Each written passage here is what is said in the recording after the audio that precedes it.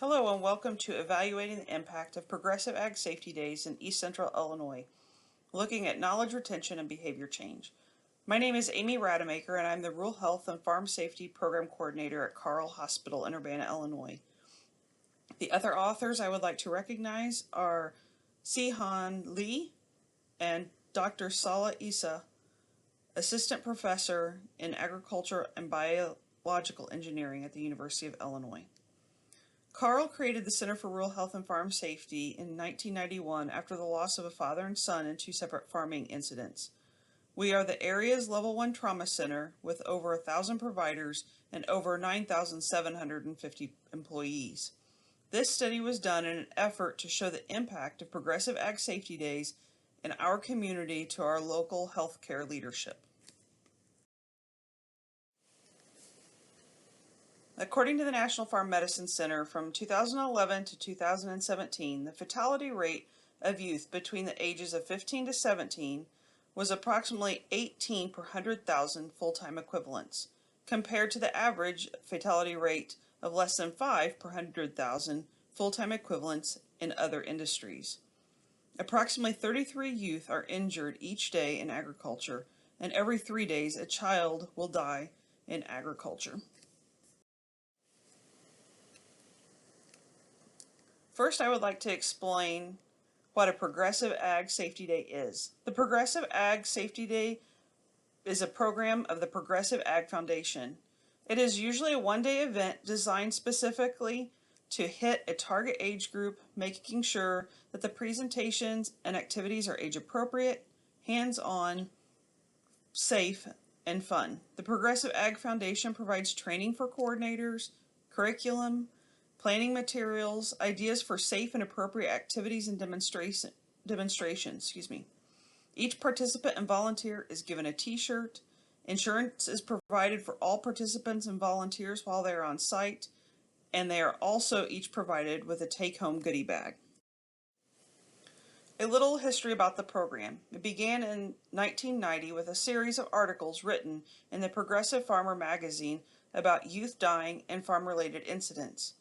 Editor of the magazine, Jack Odell, then began the Progressive Farmer Farm Safety Day Camp in 1995. Since that time, the program has trained more than 1.8 million youth and adults. Hundreds of these events are now held yearly, and the program can be found all over the United States, Canada, 2 U.S. territories, and now is expanding into Argentina, Brazil, and Uruguay.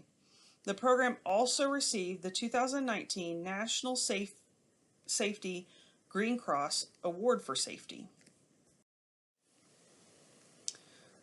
Normally each spring I coordinate 3 safety days, and in the fall I coordinate 1 on behalf of the Carle Center for Rural Health and Farm Safety. They are all during the scheduled school day. Most are off school property. We have 6 to 10 stations depending on the length of the day that we have and how many kids we need to split to make the groups in ideal size. We have 2 safety days where we target 1 to 3 grade levels, and the other 2 are countywide events with specific grades. While they are considered countywide, one of our counties we cut out the urban populations and just focus on our rural schools. We focus on grades 2nd through 6th, however we have expanded and do some from preschool through 8th grade. Our topic selection is based on national data, trends we see at the hospital, a basic needs assessment that we did locally in 2015, and the help of our teachers, administrators, and local volunteers. Our volunteers are made of extension staff, FFA chapter members, local and national sponsor employees, county farm service agency staff, local experts and agencies such as the Illinois State Police, Illinois Fire Service Institute, ATV Safety Institute instructors, local electrical cooperatives, etc. We have a very good support system for our program locally. Here you can see some of our data between 2015 to 2019, just focusing on our youth.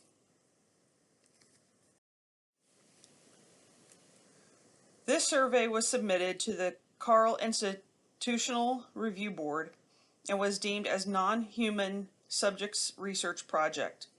The survey was developed by the Carle Center for Rural Health and Farm Safety and the University of Illinois Extension to measure the long-term behavioral impact of the Agriculture Safety Day program in our area. The survey consisted of a set of questions to the parents about their observations and behavior before and after the event, as well as a section asked to the children by their parents to evaluate retention and key messages. The study looked at 16 progressive ag safety days that we held between the spring of 2016 through the fall of 2019. The majority being students in the 4th through 6th grade age range. We had 3,615 students participate in our safety days, and we collected email addresses off of their individual release and consent forms that are a required part of the program for them to participate. We were able to capture 2,600 email addresses. Because of age, we didn't do pre or post tests with our younger students, but we were able to collect and evaluate 2,800 sets approximately. These pre and post tests were done on site by paper form at the beginning and ending of the day. They consisted of 4 questions. The larger study focused on later retention and behavior change anywhere from 2 months to 4 years after participating in the program, and this was conducted by SurveyMonkey. After deploying the emails, 316 bounced back. If a parent had more than one child, we emailed them and asked them to complete the survey in 2 separate forms or 3, however many children they had. The survey was scheduled to be open for 22 days. However, due to the lack of our response and our response rate, reminders were sent and the survey was left open for 47 days. The survey itself contained no personal identifiers. At the end, the participants were told that they could email an email address at Carle, for a chance to win a $50 gift card. There was no way to connect any of the individual results to the name of the participant. Some of the questions were asked directly to the parents, and others towards the end were asked for them to ask their children. Questions at the beginning for demographics included gender, age, if they live, work, or play on a farm, their frequency on a farm or ranch, if they lived on a working farm, and their frequency in doing chores on someone else's farm.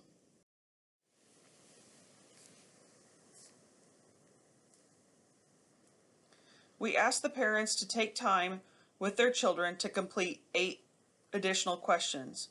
We asked 2 open-ended questions about what they remembered about various topics that were presented and if they could tell us about any changes they had made as a result of their Progressive Ag Safety Day.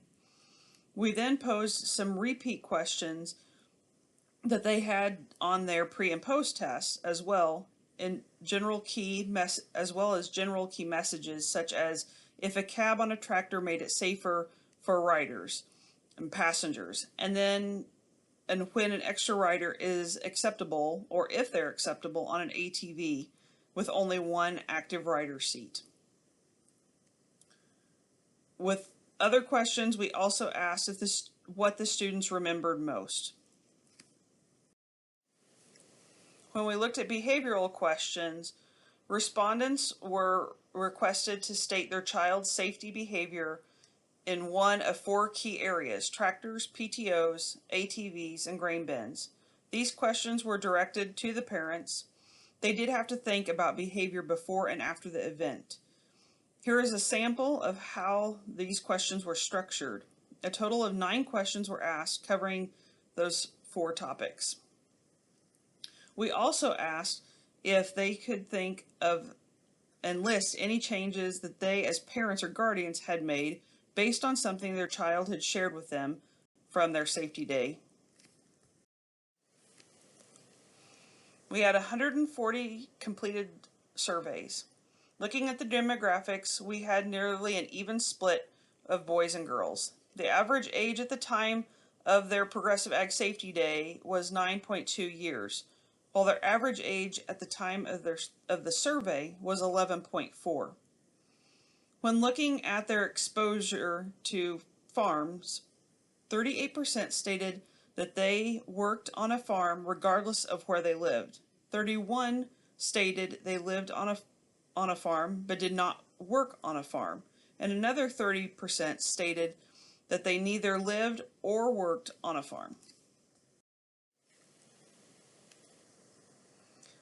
6 questions involve tractor, ATVs, and grain safety from their to look at retention from their pre and post tests and then in these surveys.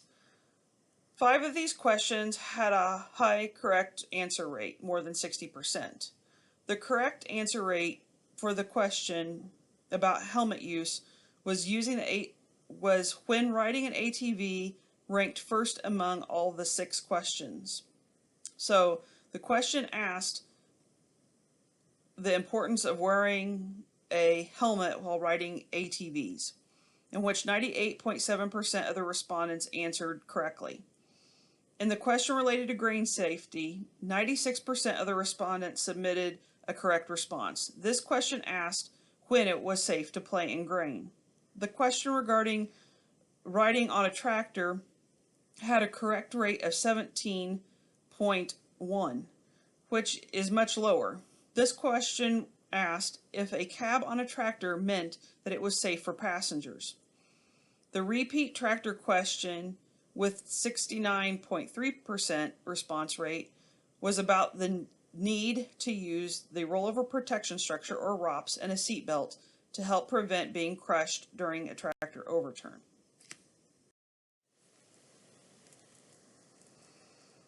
Here you will see that these living or working on a farm stated that they had more safety improvements compared to those who stated they did not live or work on a farm. We also notice in our data that both genders had similar percentages. Out of the 140 respondents, about 22% expressed improvements in their children's agricultural safety day behavior in one of the focus areas. In addition, 38% of the respondents reported that their children worked on a farm, and among those respondents, about 30 expressed improvements. If we look at demographics, we had a higher response rate with students who had most recently participated in a safety day, and a higher response rate for those families who had a connection to agriculture. With the various years and age gap, this may have reduced behavioral changes. For knowledge retention, ATV and grain safety results were higher, and the instructors are doing a good job, and the students obviously are retaining that information. For tractors, it is clear on the responses that we need to reinforce some key points with our instructors, and we need to make sure that they are sharing those with the students.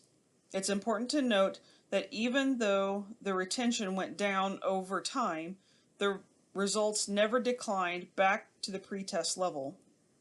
When looking at behavior, highest change was in tractors and ATVs, and not as much improvements in PTO and grain. But we also note that students had less exposure to these mechanisms.